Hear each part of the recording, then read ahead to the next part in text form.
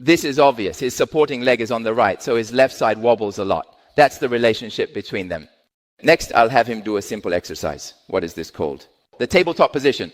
As I said, when I talk to you about breathing, I try to choose the movements you're most familiar with, the ones you do every day, but you don't realize they have this effect. So there's a saying here, where you fall is where you get back up. It just so happens that he's a yoga instructor. See, this is a yoga pose. I haven't even looked at his spine yet. Don't do this just yet. First, let me check your joint mobility in front of everyone. Come over here and face everyone so I can check this. All right, tilt your head back so I can see. Oh, good angle. Go back. Nice. Shoulders are bent, hands overhead. That's also very good.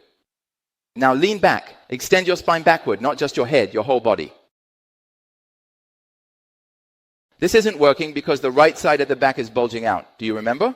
When I lean back, all the spaces between the ribs in the back need to close completely for me to bend backward, right? But since it's bulging out and can't close, it gets stuck. Okay, return to the starting position. Now face everyone and then do a chest opening rotation to the right. Don't rotate your pelvis. He won't be able to do this either. Do you still remember? When doing the rotation, the front right side needs to open up and the back needs to close. But his back is bulging out and can't close, so he'll get stuck in that position. So generally, people with a hump on the right rear side can't extend backward and can't rotate to the right because the back there can't close and the front here can't open. All right, put your hands down. With your hands at your sides, along your pants seam, do a right lateral bend of your torso. This movement will also be limited for him. Do you know why? Because he can't close here. His back is bulging out and can't close. Now try a left lateral bend. Isn't it much better? Now I'll show you how to visually assess the degree of scoliosis. With this, you'll be able to help screen children when you go back. Usually the hump appears on the right side. People with a right side hump will have limited backward extension, limited rotation, and limited lateral bending. Are you following along? So when rotating to the right, bending to the right, or extending backward, this kind of situation will occur. You do that Z sit on the yoga mat and see.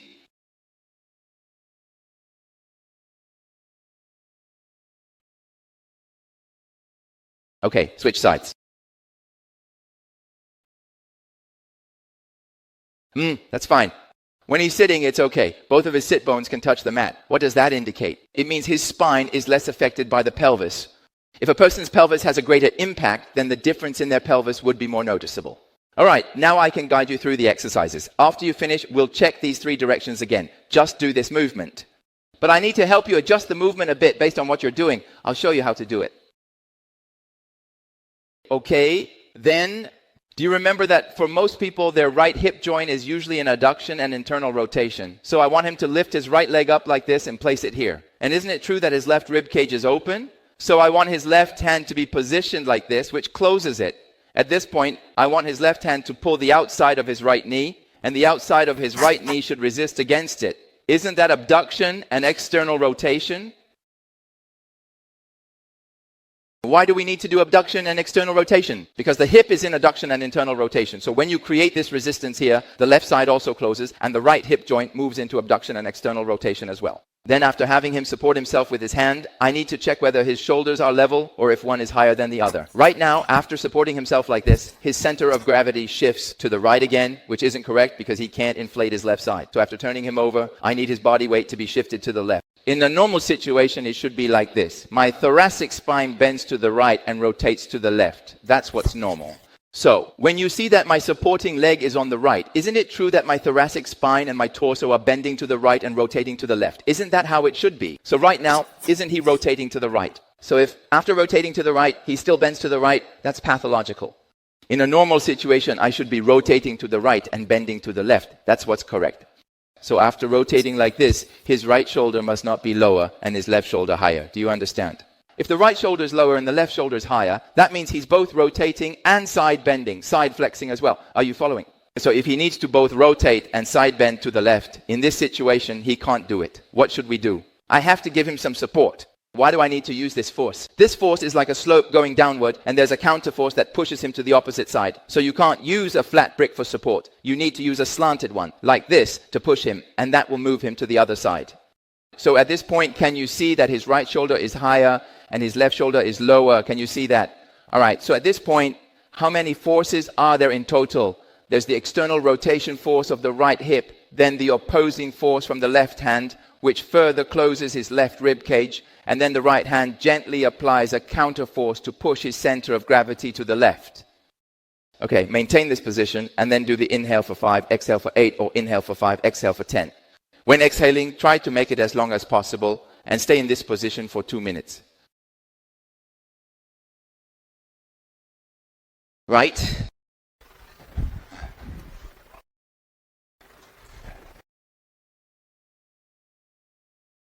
So I have the sagittal plane, the coronal plane, and the horizontal plane. All 3 planes are included.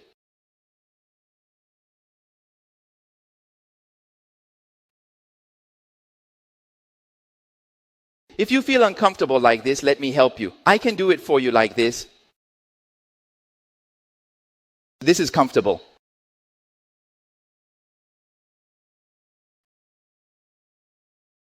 Exhale and try to make your breath as long as possible. You won't be able to exhale like that.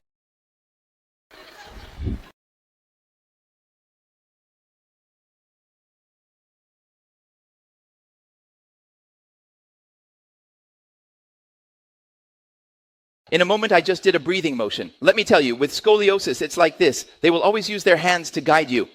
When you exhale, you need to pull in the area that's sticking out, and when you inhale, you should try to fill the concave area with air. If your client has both scoliosis and a low diaphragm, you shouldn't give her too much of this kind of intervention right away. If you intervene too much like this, she'll recruit her rectus abdominis and external oblique muscles, and she'll use even more muscles that are meant to stabilize the trunk to pull in her abdomen. In this situation, it will put pressure on her pelvic floor muscles. So try to let her return to a natural state. The less intervention, the better. Because she has a lot of conflicting issues happening at the same time. And right now, I don't have time to help her lift her diaphragm. Ideally, you should first lift the diaphragm, then activate the internal oblique and transverse abdominis, and only then have her do these exercises. But I can't go back and redo all the previous steps every time I introduce a new movement. I just don't have the time. So I assume she's already done the earlier steps, and now I'll just have her do this one. How many seconds can you exhale for? That's fine, just exhale for as many seconds as you can. I used to always think that if I had the time, I would teach some Pilates and yoga routines that are more suitable for modern members and people who sit for long periods. Basically, I would take your current movements and adapt them to better fit modern lifestyles. But right now, I don't have time to do this. This is actually quite interesting because nowadays there are so many Pilates and yoga classes, but the instructors often don't really understand which movements are suitable for which people. So they end up picking a bunch of moves that seem appropriate but actually aren't. If she practices this movement in the opposite direction, it will be bad. If she practices it in the opposite direction, her scoliosis will only get worse. Do you understand? So she can only do this side. At this stage, she can only do this side. All right, that's enough. You can get up now. Come on, let's take a look. Do you remember which function she was limited in? Extension, right rotation, and right lateral flexion.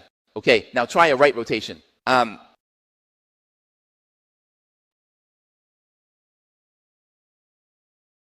Is there any improvement? Yes. Okay, you do a right side bend.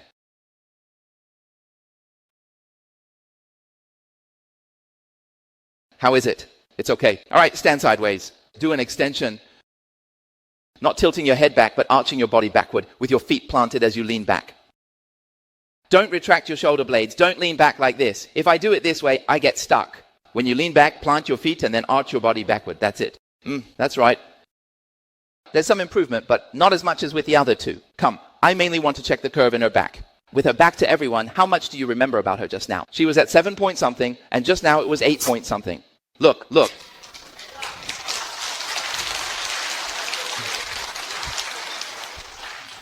This is the highest point, right? Now it's 5.3. So the change you can see with the naked eye is just like this.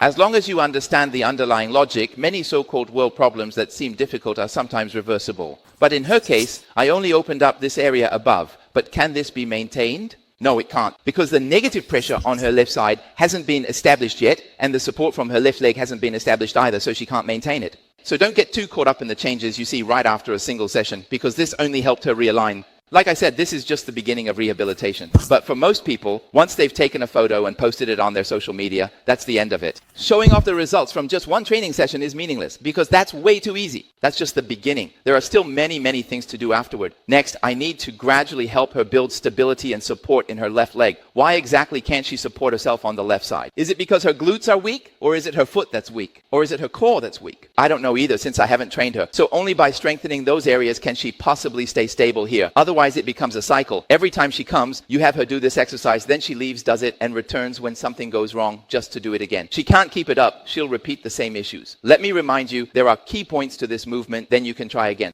Make sure not to do it wrong again. When you're doing it, the most important thing is not to let the shoulder on the turning side drop. The key is this. If you're turning to the right, your right shoulder must be higher and your left shoulder lower. If after you finish turning, your right shoulder is lower like this, you won't see any improvement from practicing, and you might even train your spine into an unhealthy position. So the shoulder on the turning side must be higher. Only then is it correct.